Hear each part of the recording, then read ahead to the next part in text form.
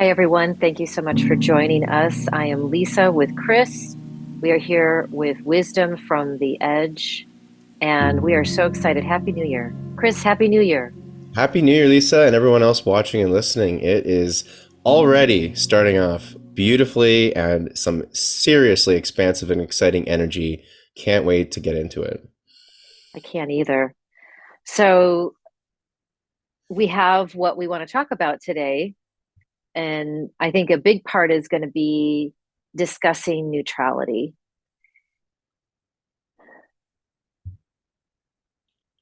And I'm taking a pause very purposely right now because so much has happened in the last month. We have not recorded in a month, and that has also been very purposeful. Although I have been wanting to press the record button and just send something out, I I know that this is a really, really important time to sit and to review life and to rebirth something new for 2024 and beyond. This is an extraordinary time in our history, in our herstory. And I feel that the pause that we've been on has been the just the perfect amount of rhythm, I guess, in order to just springboard to where we both want to go individually, how we want this channel to work out collectively for the collective, for all of you viewers and listeners, and to really, I think, for me in particular, I am stepping up into a completely different space. And that space is, maybe it's the more authentic me. I think I've been pretty conservative on this channel. I don't know about you, Chris, but I know you personally. And I just think that, it's not that we're saying what people want to hear, but I think that I have some opinions, and I have some things that in my life that I have been carrying with me for a long time that only a very small group of people really know about. And I'm ready to share it with the world. And so, Chris, this is it. This is We're gonna it. do it. Let's do it. And I feel you, Lisa. Look, I stand by every episode we've ever done. I think we've always shared really beautiful wisdom and our own personal experiences at that time and space. And I totally feel you on this, like, just unveiling or unleashing that other side of ourselves even more so in this year, and just really coming out of whatever's left of the shell that we may have been hiding within, perhaps. And just being more intentional with our authenticity and more intentional with our truth. And I feel like that's pretty global because we're seeing it, in a global sense. A lot of old systems are just crumbling before our very eyes. And you can kind of look at that as a metaphor for all of our old stories, perhaps, that we've always held for ourselves, limiting beliefs, things that have kind of held us back in our lives in general. I feel for some reason they're just crumbling right now, and in a beautiful way, which can feel at some points quite disarming and alarming and chaotic. And it comes with a sense of renewal and new energy and like birth energy of something so exciting and profound that I just feel like we're all moving to a new level of existence and way of living. And it's profound, and I think we're just in the kind of waters of that feeling right now. So it's hard to know where we're going and what it's going to look like individually and collectively. And I think that's also why, at least for myself personally, I'm just kind of like bursting with excitement, and I don't know why. Yeah. Well, there's a lot of people that aren't. There's a lot of people that are sitting in a place that feels deeply traumatic and Yes. scary and um, truly worrisome, I think. And yet I understand that we are here in this beautiful collective consciousness where the principle or the law, the universal law of polarity exists. And I was working with someone last week and she had asked me, she said, what does shadow actually mean?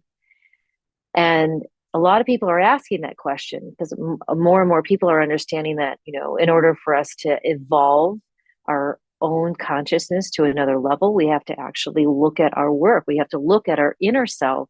We have to look at our shadows. And our shadow gets amplified the more we illuminate, right? Just as when the sun comes out and we can see our shadow, it's very similar. So oftentimes our shadows, the things that we may not want to see, the things that have been hidden from us for a long time, are they amplify when we're in a relationship or when we are not necessarily just in a partnership, for example, but in just our own relationships, whether they're work business partners or colleagues or family members or siblings or children. I mean, there's so many different things. So we're in this place where, because of the law of polarity, we are finding the extremes of that, which is on center stage, right? It's in our political landscape. It's certainly within the wars that we see. It is good versus evil on so many levels. And I think so many people are asking the question, why? Why? Why is it happening in where we are in our own human collective consciousness to be in a space where war would even exist? And I would really like to hear your side of it, Chris. But for me, I see this as the last kind of crusade, if you will, in order to see two sides pulling apart like a rubber band as much as we possibly can. And just as the dark energy, okay, it could be evil energy, dark energy, non beneficial energy, energy that is not just within the human construct, but is in other dimensions that we cannot see, that are influencing human collective. And then there is a whole different side of humanity that is starting to awaken or that is awakened, and that they are the ones, the star seeds, that are helping another larger collective awaken to a universal love, right? To a space where we really are one unity. We are one consciousness. We are oneness in this holographic reality. And as we are seeing this rubber band effect happening, we know, right? I should say, I know that it's going to snap. And that snapping is going to do multiple things. And it will be the absolute turning point, which is going to happen. It's not that it cannot not happen. It will happen, that the new earth, I think, is going to come into play. And those who want to do the inner work and are no longer interested in the old stories that they've had, and sitting in a place of this or that, mine or yours, right or wrong, that old way is no longer going to be it. Now, am I predicting that there's going to be a catastrophic event where most people are no longer going to be in physical form? I'm not somebody who wants to be that doom or gloom, but what I do believe is that there's going to be a whole lot of people who are going to ascend into a higher consciousness that will equate to a higher human evolution, which means that we are going to come to a place of a unity where an I am presence and I am consciousness is actually going to become the embodiment of people.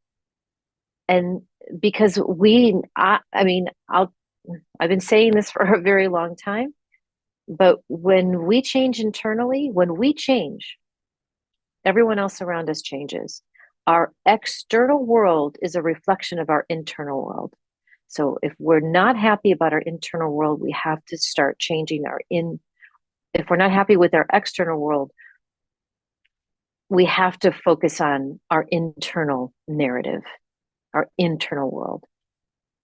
So I can say a whole lot more about that, but I'd love your take on that, Chris. Yeah, so many great things in there, Lisa. I think first of all, what people might find perhaps challenging at this time will be the idea of how your inner world absolutely creates your outer world when the outer world has what would appear to be so many things going on, so many variables that are out of our control or not us dictating these things, where we're, as I will observe myself as a quote unquote average human citizen on planet Earth with, not the influence of a, you know, government person or an Elon Musk or a billionaire of some kind. Like I don't have that tangible influence. So I think it's easy for people to discount how important our internal world actually is in terms of influencing everything around us. But it's because of the unity consciousness that it is too, right? Because if we are literally connected to everything, then all the external stuff is also us. And it is also an extension of us in a way. And it's happening for a reason. And it's happening, you can go down the real like paradoxical kind of loop of, does any of it exist if I don't exist?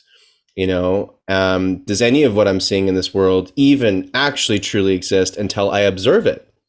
You know, are these literally just characters in the play of my life or my book, the story of my life? Are these just characters and stories and scenes, in this larger story or this video game, virtual reality that I'm playing, that I'm living in?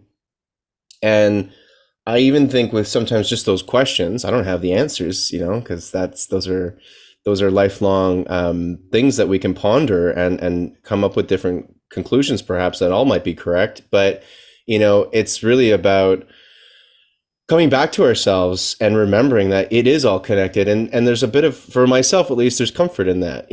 There's comfort in knowing that, well, as long as I keep working on myself and going back into my internal world and reconnecting with myself, nature, the universe, and really really following my practices, the things that really keep me at a good vibration: meditation, breath work, community, friends, family, purpose, all those things really, really important. And I really believe that although it's going to look quite chaotic on the surface, and that's absolutely definitely the case, I think we're only moving into more chaos right now, which again might feel scary, and rightfully so, understandably, for a lot of people, and myself included at times, But I have to say the fear is getting more and more mitigated by the knowing of this is what change looks like. And I'll be honest, I'd much prefer change than what we were doing previously, because it was not working. And we really need to move into a consciousness and a planet that doesn't want to kill each other and actually works together in harmony and collaboration. And instead of the first thought of, what's this person going to do to me, or how do I have to like be better than this person, the thoughts are going to become, how can we work together to create something that's amazing for all of us, and so that we all benefit and then we all get to be abundant together. And I think that's what we're also moving into, is just a completely different state of consciousness collectively, right? Where everyone is coming from a different place, getting out of the past of competition, survival of the fittest, having to beat each other down to get to the top. All of these ideas, like I said in the beginning, are just crumbling. These old systems are dissolving in front of our eyes. And it comes with growing pains. And that's another part of what's challenging sometimes, is the growing pains of what we're moving through. And that's valid as well. And the positive of that is that it's because we're moving into, I believe, a really beautiful and expansive, abundant, peaceful, amazing, creative reality, that these things have to get shed And sometimes when you're detoxing, it can be challenging and painful even, and have the growing pains that come with that. But ultimately, I think if you're able to step back and look at the bigger picture of what we're moving through as a species, it's really positive, and that can help maybe possibly allow the chaos of the day to day and the turmoils of the day to day and the catastrophes of the day to day to have a different light, maybe in a different weight and a different energy to them, just with that zoomed back perspective. And that's kind of one of the many approaches I'm definitely taking to this year, is to try to keep that larger picture when the chaos is kind of swirling around us constantly. Hmm. Hmm. Well, the aerial view, right? We can see things from a bird's eye view, from an eagle's eye, very high up. Then we can see so many things even before it happens. This is the beauty of foresight. It's the beauty of changing our lenses. Um, and I love the analogy that you gave, Chris, in regards to detoxing. On some level, humanity is completely detoxing. And by the way, anybody who has detox know that it is not a fun ride, which is No. why most people don't do it. I mean, it's messy and it doesn't feel good. And there's a lot of things that can happen in our physical body. We can actually get sick by Oh detoxing, but yeah. we're actually clearing out a lot of things that are toxic within our bodies, so hence the detox. But I wanted to bring something up because, again, being that this is I'm going to say it's a controversial um, subject. It's also very, very sensitive with the mood right now, with the wars that are happening, particularly the one between Israel and Palestine and in Gaza. And it is this. I have heard so much narrative around the sides in which people pick. And I have committed to a life that is not this or that, but and another option. So if you have a cross or two swords or whatever, I know that there's always something more. And if we can look at that and say, there must be another way, there has to be some different way in which to view something, because the way in which we see things are not necessarily the truth from which our perspective is showing, right? We can't trust the media, with all due respect to some. I have a hard time really understanding or believing a lot of information that's coming through. Yeah. It's the same thing, right, Chris? I mean, 30 people can see an accident and there's 30 different perspectives. There's 30 different encounters. There's 30 different viewpoints. Who's right? They all are. So there's something that I wanted to read to you that I heard on a podcast a couple months ago from Matthias DeStefano. And he talks about unity and oneness, and he talks about unity being the first dimension, and that from that dimension, all other dimensions are make up our reality of three dimension. And he says, in order to understand unity, we have to unlearn everything we've learned. The only way to remember is to forget everything we know. And I love that, because if we can remember who we are at the core and forget everything that we know and go into this void, into this darkness, which doesn't mean negative, but it just means darkness. It just means void of everything. We then get to start to feel how to be at the highest level of soul. And he says something here. He says, to experience unity, we must go into the void. And through feeling everything, we end up feeling neutral. that is the way to experience oneness. It's the spot of unity. It's the very first dimension.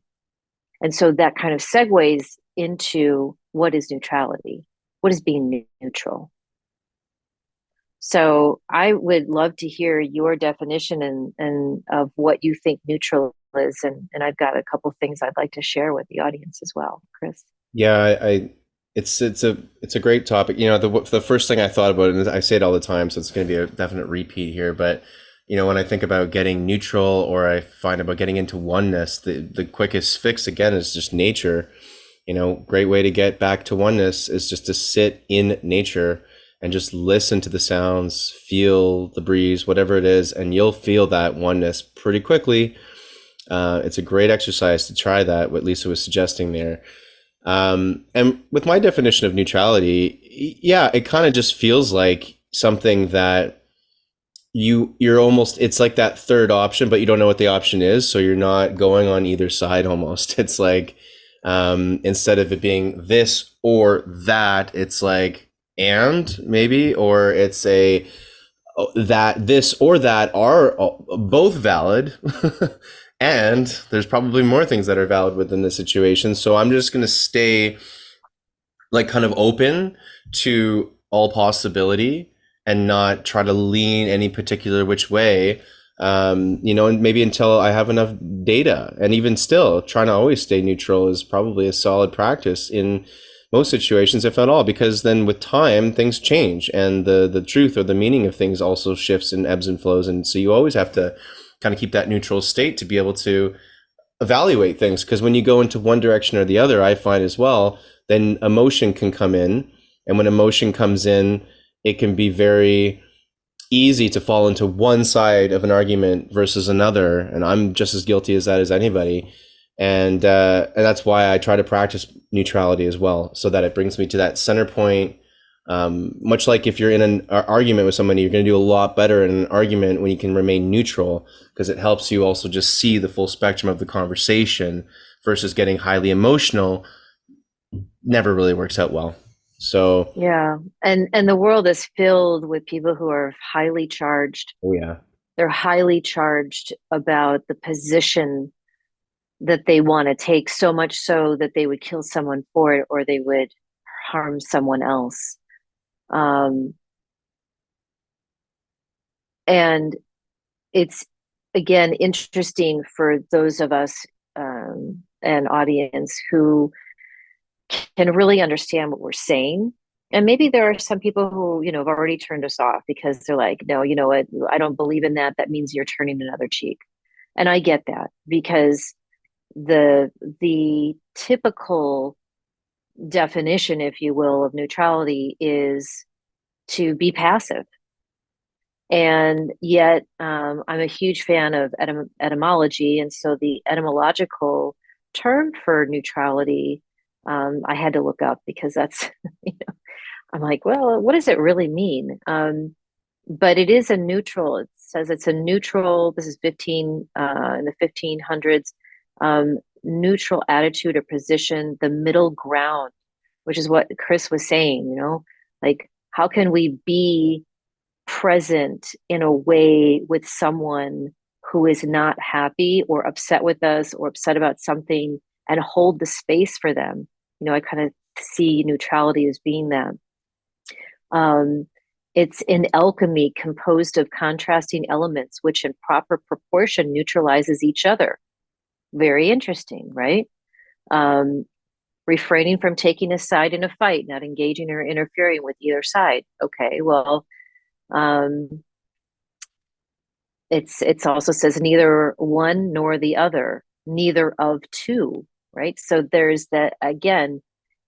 We know what we know. We know what we don't know.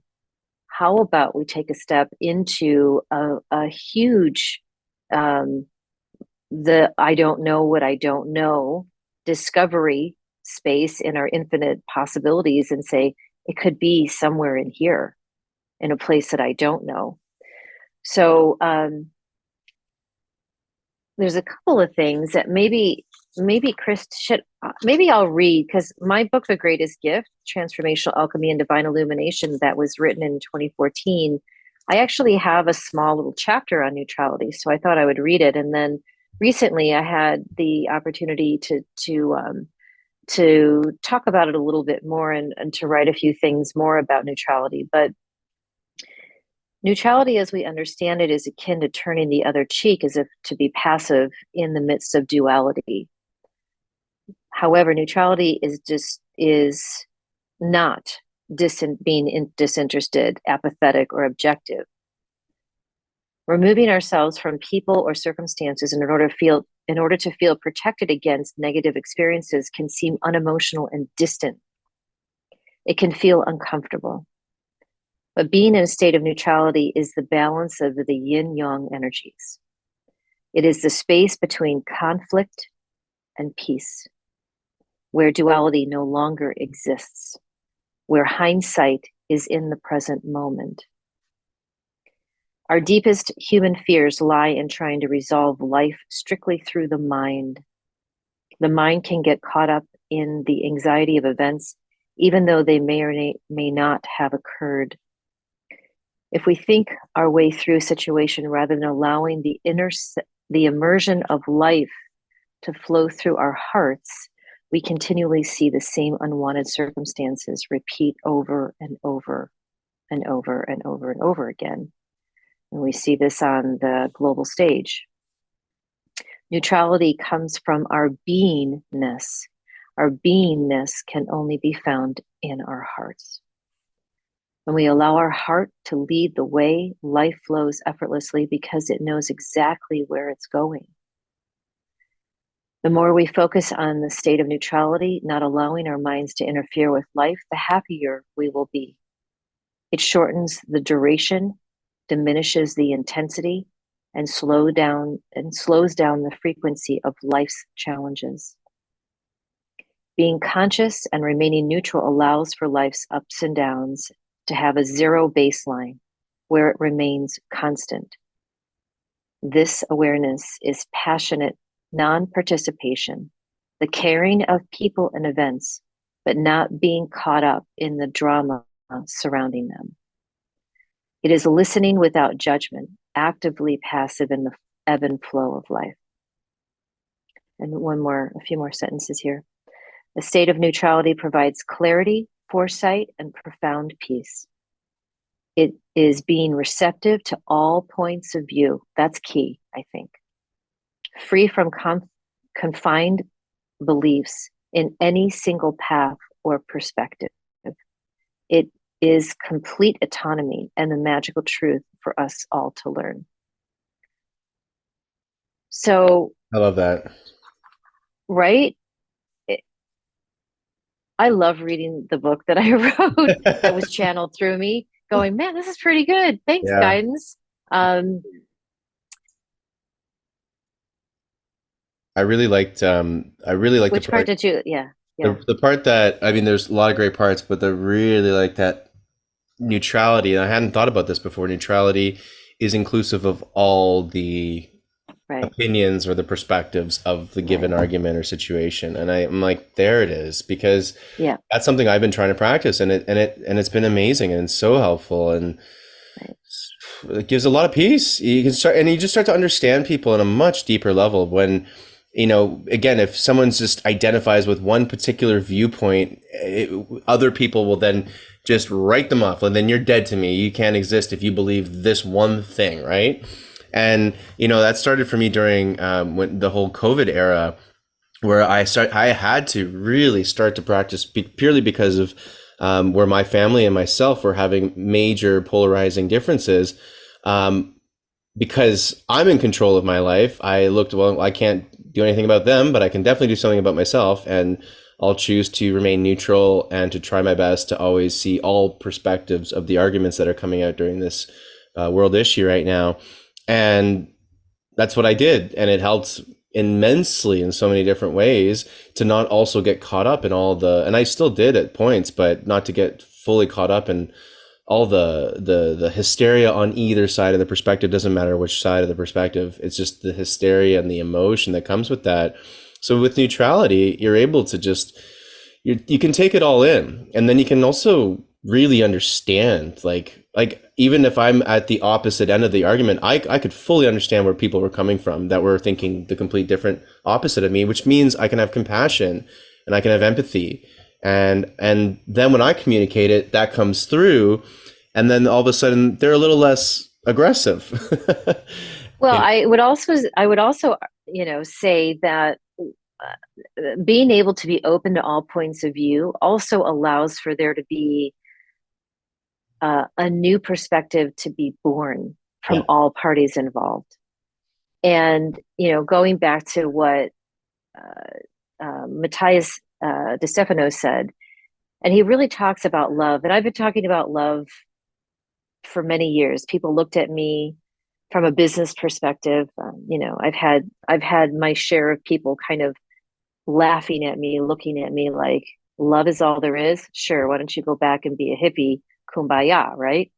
And and yet I didn't I didn't have to prove myself.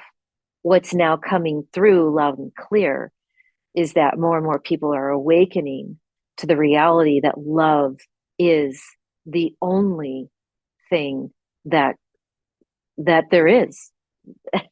And the opposite of it, or the polarity of it, is there is no love, right? Or love is lacked in whatever. And when I think of neutrality, I actually do think of it being in a heart space. I don't feel that it is without emotion. Mm. It's not without, because it is with compassion.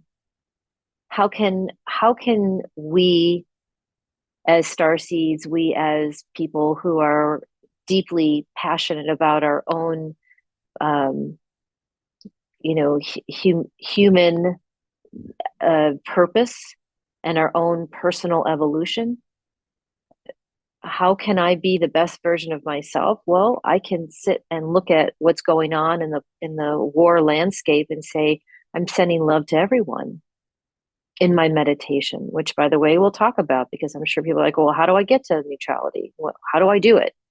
How do I get into the void? Meditate, quiet, quiet your mind.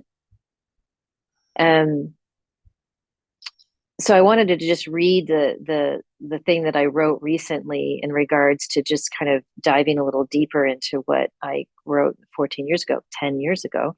Wow. Um, Right. so neutrality is a strategic position. It's diplomacy, a self-mastered refraining of past programming and reactive emotion. Definitely a learned practice. We are programmed to be reactive, judgmental, and self effacing. Being in a state of neutrality smooths over like layers of bubbles in between upset and calm with conscious precision. Neutrality comes from the heart. It is not cognitive dissonance, rather harmonic accordance. Mm. Neutrality is a state of being, not necessarily a state of doing. It's the ability to have foresight, looking at a situation through the lenses of love and seeing all sides at once. And then there's a few other things in here, but I already said that in regards to humanity picking two sides, and life really does exist in the and, not the or. So I really like what you said you about know, the neutrality and love. I think you're absolutely right. That part of it I hadn't ever voiced before, but the second you said it, I'm like, yeah, that's exactly what it is. It's not, I think that sometimes can be misinterpreted. Certainly I used to misinterpret neutrality as like a cold, calculated, but no emotion way of being. And that's definitely not the case. Like you said, when I practice neutrality, it almost enhances my compassion for others and right. and that love, right? So yeah, that's really interesting. And thought, Well, there you have it. I mean, there it is. In a lot of thought, I have I have a couple of friends who actually are um, very passionate about the war, and they're very passionate about one side. Um, and they're not, um, but they're close, right? One person in particular is actually there in the Middle East, and it's hard to uh, always listen to one side, and that's where this and another layer or another level of neutrality that I needed to really revisit for myself, because I want to embrace her, and I do, and I send her love, and that's pretty much what my responses are, is that I love you, and I'm surrounding you with light and love and your family, but I'm not going to get in the middle of a debate in regards to what's happening. And I certainly am not going to be feeding my soul with the horrific pictures on a regular basis through social media and media. That is, in my personal um, purpose, right? My dharma here on earth is to hold the light. And I know that there are spiritual workers here that are here to combat the darkness. I get that. I'm not one of those people. And I think that I heard somebody say something recently that said, "Oh, you're going to really enjoy this person. She's very spiritual, like you are." And I hesitated for a second because I thought, well, the spiritual community is actually quite large. I can't, just because someone is spiritual doesn't mean that we would be in the same sphere. Maybe, our values are different. Maybe our belief systems are different. Maybe, the way that I see that, that we are incarnates. I believe in StarSeeds. I believe I am one. I believe I've been in multiple different lives, not necessarily human lives, which is one of the reasons why it's very challenging for me to see destruction and pain and suffering of humanity, of individuals. It's very, very difficult for me to see it. Um, and I'm somebody who can't figure out how to shut it off. I don't have that switch to be like, you know what? I've seen it. It's okay. I don't watch anything negative on TV. I don't watch any scary movies. I don't watch anything violent. I just want to hold the space for love to exist in humanity.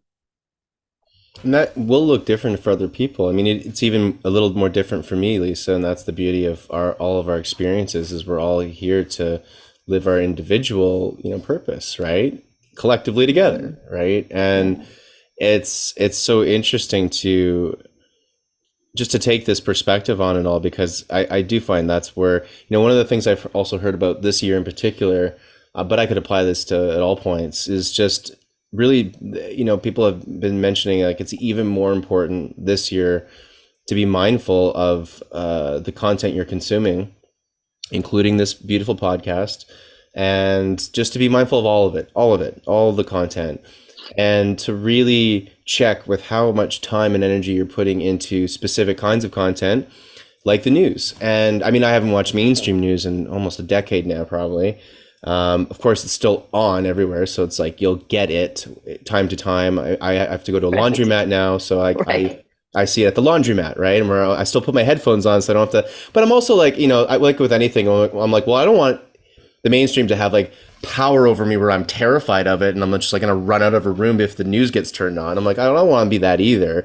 So sometimes I'm like, I'll practice, I'll take my headphone off and I'll listen and just hear what the news is in that moment. I'm like, maybe there's something I even maybe need to hear right now. And then I'll use my intuition. And I don't do this often, but it's only when I'm like literally forced to be in front of the news that I'll play that game. And sometimes I've gotten these little weird nuggets and messages that have come through. I'm like, okay, so there's still like little things that I'm maybe meant to hear from this, but it's definitely not at all the source of information I want to be even remotely close to, because the energy of the mainstream media is just horrific, and it's just all fear based, and it's designed in such a specific way to just manipulate and make people in such a state of fear, to just completely perpetuate the world that they present. And then on the flip side, so for me, I'm like, well, what, the last couple of years, the last many years for that matter, I've found many different outlets for my news or just information on what's happening, on the planet. And that, you could call that alternative media or independent media. But even that, I've taken a step back from that, because that still has an energy of, it's like you're talking about this side or that side. It's like mainstream, you could say, is on one side, and maybe independent media is on the other side. It doesn't have to be that. Certainly, it's much more nuanced than that. But just as for the particular purpose of this podcast, you could say that. And then for me, my experience has been almost similar on both sides, where even though the news I get from the independent sources is something I trust more, it's still an energy of like, here's all the crazy crap that's going on, and we're freaking out too. Everyone's freaking out. There's just freaking out left, right, and center on both sides of the spectrum. And I just had to stop, like for the last month, I pretty much stopped watching like all of my YouTube content and everything. I just pressed pause on all of it, because Yeah. it's just overwhelming, and I needed to come back to So myself. you brought up something really awesome that I've been focused on, and I kind of forgot about it because it's like I've brought it into my world now over about a month ago, and that is understanding that everything is frequency. Everything has energy, everything has a vibrational frequency. So whether it is news and media and pictures and people's conversation and the air that we're breathing, everything has a vibration. And I think I mentioned this to you a few weeks ago, Chris, that I was listening to something that caught my attention. And that is why is it that we used to be able to manifest much quicker when we were at a certain vibration, and more people are finding it less and less, or maybe more and more challenging to actually manifest the things that we want. So, the affirmations, the meditations, and are not sufficient enough. And what I heard just made total sense to me. And that is that over the last 10 years or so, what have we been bombarded with? We've been bombarded with technology, cell phones. You can't see my cell phone, but this cell phones, 5G, right? So we've got now satellites all over the place, music that's being tuned to everything that is outside of the natural harmonic resonance of the human body, which is 432 hertz. And you know this, being a musician more than anybody, which is why you're tuning your music to, I think, a different hertz pattern, but 432. 432. Okay. So, but 432 hertz is the way in which to redirect and protect your energy field from lower vibrations that actually interfere with our innate manifesting power. And that makes sense to me because I'm like, man, I've done everything that I know how to do. Why is it that I can't manifest some of the things that I want in my life? I've never had that before. And when it was brought to my attention, I was like, okay, here we go.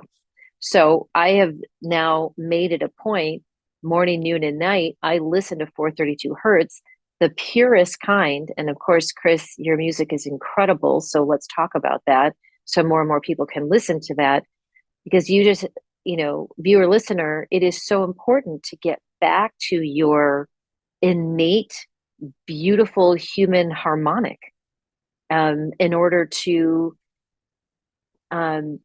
be at a place of being a natural manifester, I would say, right? Yeah, and in music, great way to do it, of course. And at the same time, I think sometimes, I've come to music as an antidote, because I've been a city guy my whole life. Not anymore. Well, I still live in a city actually, but I'm trying to get into. I keep coming back to it, Lisa, but like if I want to feel that connection and get back into that feeling of actually being able to manifest, when I get back into nature, it will put me back at that frequency. And then 432 hertz music I find is great for helping me maintain that frequency, Mm. and vice versa.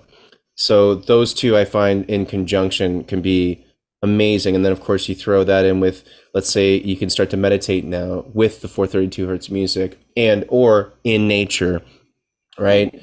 And you start to get that. And when I say in nature, I'm thinking pragmatically too for all you beautiful city folk listening to this. Don't worry, like I got you because that's where I've come from, and taking those walks or getting out first thing in the morning just to get that little bit of fresh air, so that you're not starting in your those thoughts and those sticky emotions that we all know are there on a day to day basis. If you start your day off with a bit more of that, like let's listening to 432 hertz in the morning, you go outside, get the sun, get the fresh air, get the breeze on your face, and just not forcing yourself to have to think everything through, and just try to slow that mind down a little bit, which again 432 hertz really helps you get more embodied, get more into your body and listening to your body intelligence, right?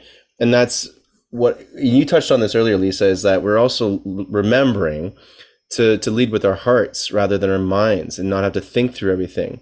And what I love about music, and the reason I even started to write music, I think, as a kid, was because it felt so good just to turn my freaking monkey mind off and just allow like no thought to come through in the form of music, which is one of my favorite forms of not thinking. Because I don't think when I play music, I don't ever think. I'm playing. I'm not thinking. I'm playing, and I'm feeling, and I'm allowing the feelings to come through the instrument that I like to play, which is usually the piano. And for everyone else listening, this could be very different. This could be you painting. This could be you dancing. This could be you cooking. This could be anything. But it's like that creative outlet. It's so freaking important because we don't stress how important that right brain, that feminine aspect of our being is still in this day to day.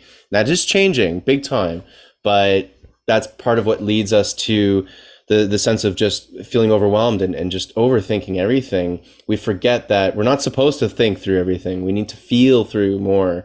And music is a great way to remind ourselves of just the feeling of that. And even more specifically, getting into different frequencies of music and listening to things that are tuned at 432 hertz or 528 or different harmonious frequencies that are really medicinal and good for the cells in your body and your DNA and all the things that we're all vibration and frequency anyway. So it's tapping into the specific frequencies that we know are really good for our body. And that is also shifting and changing, as you said, because of all the frequencies that are coming out now. I've heard some people say that a human being born 100 years ago would barely be able to even survive in our day to day right now because of the electromagnetic radiation and all of the Wi-Fi and everything Wow. like that. We've had just enough time to barely acclimatize. We really haven't. If you look, I mean, life expectancy is actually going down now, believe it or not. In the States, it Right. certainly is. And I think Canada too, actually, a lot of places right now. We're going through some interesting transitional times. And I'll just finish this thought off with like, despite all of what I've been saying, maybe of the chaos and stuff that's happening, one of the best ways to mitigate this and to come back into yourself is to use frequency and sound, because we're Hmm. frequency and sound beings. And this can look at, if you need more relief throughout this year, you can start to look at things like even sound baths. Look into the music that Lisa's talked about. You can check out my YouTube channel. You can check me out on Spotify, or you go on your own journey and find other artists that are going to resonate with you, and really start to curate your own playlists and your own, like I've got a playlist on Spotify I listen to every day now. I think I don't think I miss a day, and it's just I call it healing frequencies. That's it, basic stuff. And it's all my favorite healing frequencies and songs and pieces that I can meditate to. I'll take baths too. I've started to take a lot more baths in the last 3 4 months. Very detoxifying, I find, for myself. And you can just use music as this thing that goes with everything, and you can start to just curate your own life using healing frequencies, and it goes a long way. You may not even feel it immediately, but it's working, especially on the subconscious. So yeah. Lots to Yeah, check I out. mean, and use the music in the things that you love to do as well. So if you're an artist, find a way in which you can tune into 432 hertz. I listen to 432 hertz in the morning. What I've been doing is going to sleep with it, with a particular track that actually has a subliminal messages that I know what they're saying actually. So I go to sleep with that, and then I set my alarm about an hour before I'm supposed to get up. I change that music, and I actually listen to astral music so that I can start to do astral traveling and control my dreams, which have been really important to me because I've had a long history of having some pretty dark dream states. And so I really wanted to take control of that. And that's been a very profound shift for me. And then when my alarm wakes me up, then I do another 10 minutes of 432 hertz. This is daily, and I'm just bathing in 432 hertz. And I feel differently. I feel lighter. I don't feel as reactive or as, something is a little bit of a struggle. It's like, whatever, it doesn't matter. But even my appetite has changed. Like everything has changed from in the last month of me really intentionally doing that. So again, is that helping me in my compassionate component, opening my heart space? I think so. Is it helping me expand that neutrality muscle? I think so. So these are some of the things that you may want to consider, listener or viewer. And the I'll, other thing is, oh, sorry, go ahead, Chris. no, no, Go you go, ahead. Lisa. It's fine. I was just going to read the daily meditative practice from Neutrality from the book, but go ahead first, please. Yeah, let's close off with that because that sounds amazing. Sure. I'll just add into two more little things that I've been adding in as well recently that have been making a hell of a difference. And Okay. the first one is water. So we are water. I mean, my God, you could just really, when you start to look into it, we're not 70% water. We're far more than that. Pretty much our entire, you get into it all, molecular structure, everything. It's all water. Our DNA is coated in water, all of it. And yet there's so many. I mean, it's a fascinating rabbit hole. The funniest thing is like water. What a basic kind of, in a way you could think maybe a boring kind of thing to talk about, but it's absolutely incredible. And so anyway, long story short, I went down more and more rabbit holes in the fall of the consciousness of water and what is healthy water, what is good water versus not good water. And I already knew like what we drink in the tap water is not great because it just doesn't taste very good. And just from that alone, I always knew there's something not good with it, but I didn't know to what extent. And also didn't really have a lot of solutions. Long story short, I basically found way more information on it through some wonderful scientists and some great podcasts. And I mean, to start for people, if they want to read Dr. Emoto's, Hidden Messages of Water, Yeah, that's amazing. he's got three bestsellers all in water. Secret Messages. There's three great books he's got at least.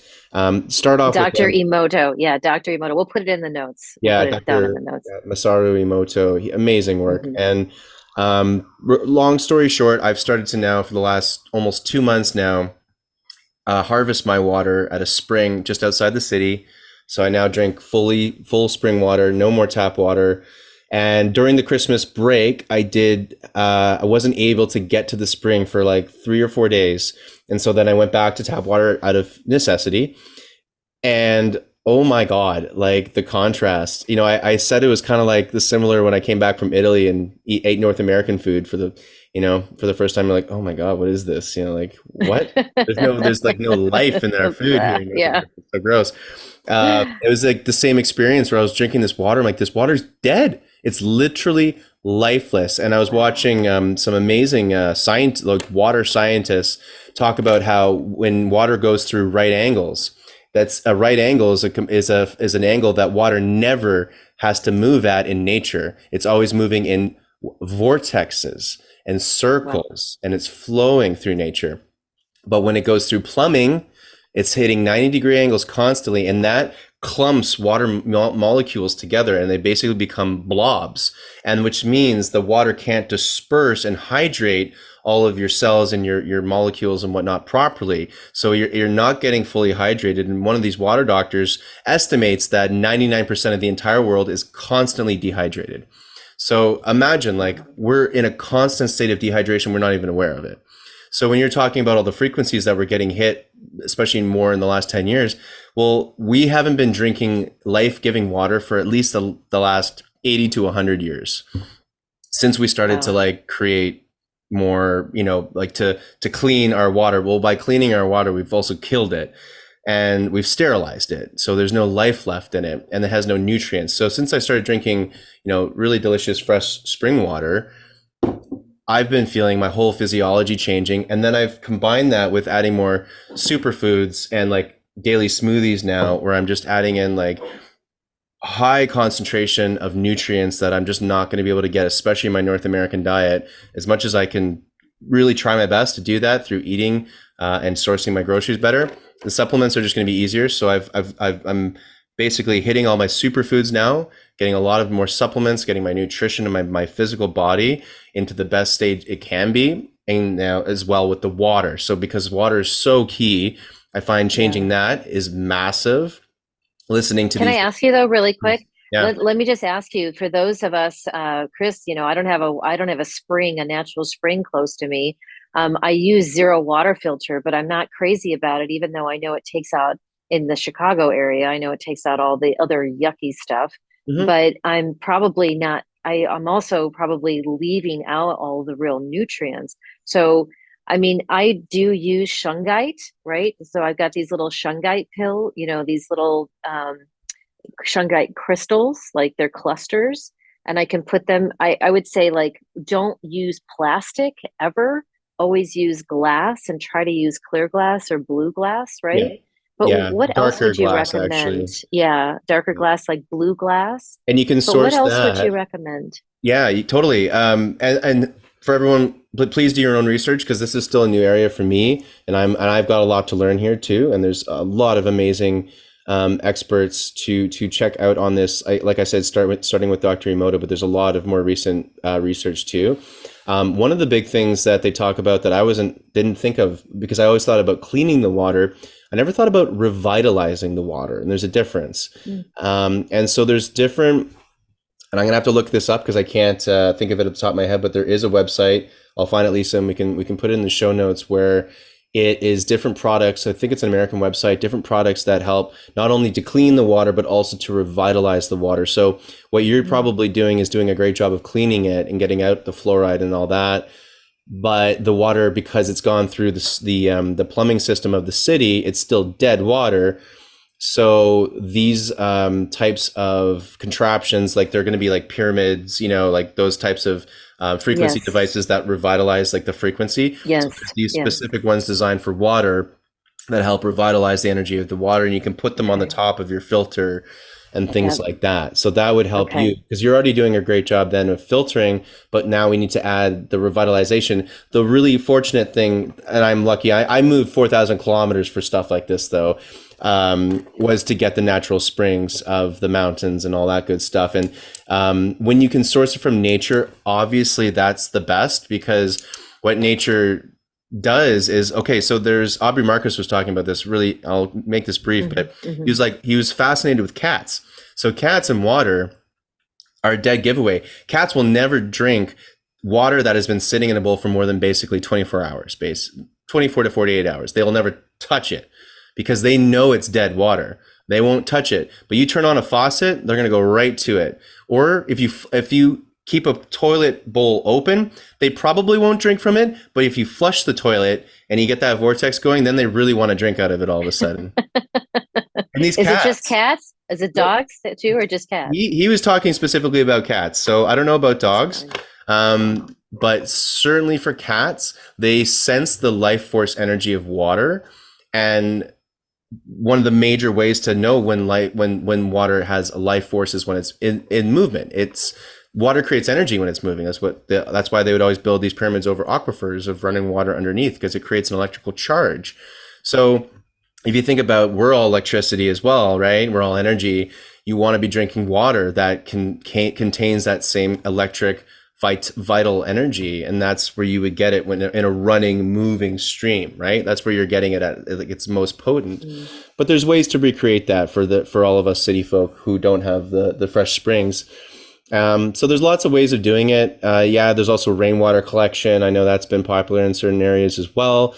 There's lots and lots of different stuff. So I'll find some links because it's a great rabbit hole for people to go down.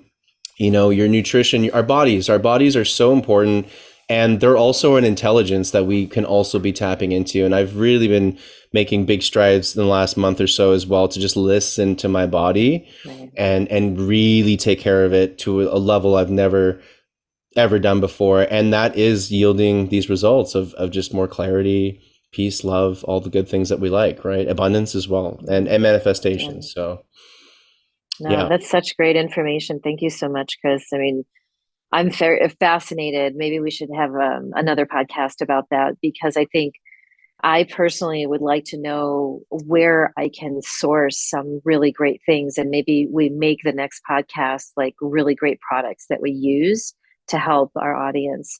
I think that would be really awesome because I absolutely. also am very dedicated to my internal body, not just the physiology and the spiritual and the mental and emotional bodies, but that physiology of the body, like what we put in our body, is definitely going to either positively charge us or it's going to deplete us. So, Yeah. okay. So, in the book, The Greatest Gift, it is a small little book that has these short, but I think pretty impactful chapters. And at the end of each one, there's a daily mindfulness or meditative practice.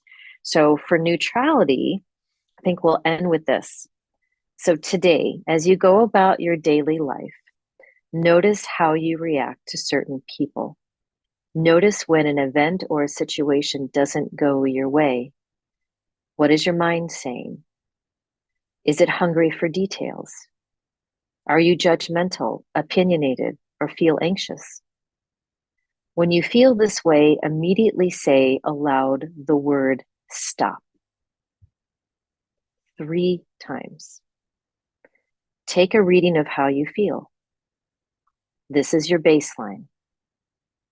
The only way you're going to understand what being in a state of neutrality feels like is to become conscious of your running mind chatter.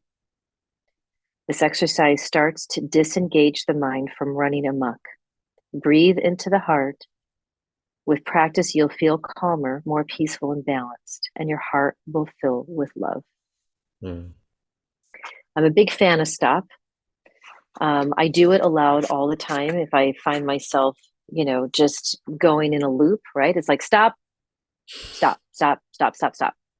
Okay, do something different now, and I'm a big fan because I can get really into sitting for a long period of time in front of my computer. And if something is going on, I'm just saying stop. I'll say it aloud, and then I'll get up and I'll pour another cup of tea.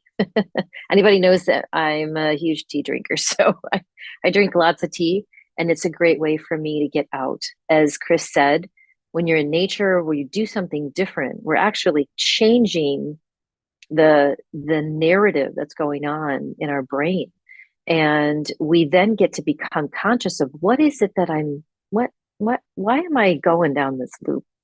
Why am I creating an internal dialogue that has no beginning, middle, and end? It's just one loop after another. It's like a funnel. um, can you become conscious of that, of one thing? Maybe it's of the destruction that's happening. Maybe it's a snowstorm that's coming your way. um, Chris said something really funny at the beginning of this where there's talk about people describing how in the last whatever 10 years or so, or maybe less than that, that weather has been so sensationalized. It's been put to an emotional component to where it now gets to be named, right? I remember when I was a kid, we had a massive snowstorm, but there was no name to it, right? I mean, nobody was really prepared. I mean, I remember my parents went out the night before and they got their car stuck. I mean, now it's like you got to be prepared or else something's going to happen. And I just think, if we can listen to what our minds are saying and say the word stop aloud 3 times and find these other practices, I can tell you, you will start to feel better, but it is a practice like anything. You can't go to the gym and have a fit body in 24 hours or a week or even a month for that matter. It is a constant practice. So you owe it to yourself, 2024. Make this your year. Make this the best year you've ever had. You have nothing to lose at this point. We are at a place where we're in a ticking time bomb, I think, a little bit. And I mean, I'm not trying to be like gloom or doom, but there's stuff that's going to happen, and I think it's going to be intense. So where are you going to play in this place? You've come here in this lifetime. You have a purpose. You may not know what that is. Go find out. Right? There's you're working, but you can't stand your job. Find something that makes you happy. Find a relationship that fulfills you. Do things for yourself this year. Chris, is there anything else that you want to share before we get off? I mean, it's all great, Lisa. I agree. This is your year, everybody. This is the year of abundance. 2 + 2 + 4 = 8. It's literally numerologically the number of abundance, and there's just so many signs, so many reasons why this is an incredible year. Yeah, it is also crazy and chaotic, and there's going to be a lot. So we need to be prepared to handle the rocky surface, so to speak, of that ocean water that we'll be navigating. And you know when you have those tools and you have a relative community, let's say, or a couple of people in your life at least who you can hold space for and go on this journey together, so you don't feel like you're going completely crazy. It's really, really wonderful. You can start to actually have an adventure and treat life like it is. It's a choose your own adventure, and we don't know where it's going, and that's a beautiful thing. That ambiguity, and that's what any good story. It's what you want from any good story, any good movie. You don't want to know what the ending is. You don't want to know where it's going. You just want to be on an exciting ride, and I think that's exactly what we're on right now. It's a really exciting, crazy kind It of roller is. coaster ride. It is. you know. Well, we're so grateful that you've joined us. Thank you so Thank much. you. Um, you know, you're here for a reason. You're not here by happenstance. If you stayed on this long, we're super grateful, but know that you've just gotten an energetic um, implosion, both from Chris and myself, that, we hold a lot of energy and we're infiltrate that within everyone, whether you listen now for 5 minutes or you listen a year from now, you're still getting that energetic infiltration. So we're super grateful that you've joined us, that you're following us. If you like what you're hearing, give us a thumbs up, subscribe, share what we've said to other people who you think may resonate with it. And we'll be back next week. Absolutely, and I recommend everyone check out Lisa's book. It's a Thank you. fantastic book. I have it myself, and you can grab it on Amazon, as well as your website, right, Lisa, which will be in the show notes. Always is. Yes. Yeah. Yes. And as well, and we're going to start announcing this more with the future episodes, but I think we can still talk about this as well, which is, essentially a community for people that likely are tuning into this podcast, where you want to take that step, that next step with other people to hone in your mastery and your own spiritual journey. And it is a journey. And Lisa's put together an amazing program called we're back to, it's the recalibration. It's the recalibration. Amazing. And where can people find that? I mean, that we'll put that in the show notes as well for people We'll to. put it in the show note. Yeah, we'll put it in the notes. But I started this this program back in 2018. It's a 12-month, um, really kind of an intimate virtual setting with a small cohort of people globally that are handpicked, and we work together and we work on the hermetic principles and add in a little bit of the latest science. And then how do we apply these principles to our daily life? It's really a profound journey. There's incredible relationships that get formed that literally are for life. And it is it's truly a blessing to see people's incredible transformation and a literal recalibration. I mean, people recalibrate on a DNA cellular level. They recalibrate neurologically. They recalibrate in on every body. Physically, people change. The relationships expand. They alter. They change. People's just what they want to do in life just gets expanded because we're working together as a small group. And so we're gonna talk a little bit more about that, I think, next week, but we're opening it up to the public, which we've never done that before. Yeah, it's exciting stuff, everybody. So check it out. Yeah. And as always, thank you so much for tuning in to this episode of Wisdom from the Edge. And we will catch you next time. Thank you. Thanks, Chris. Thank you, Lisa. Namaste. Much love, everybody. Much love.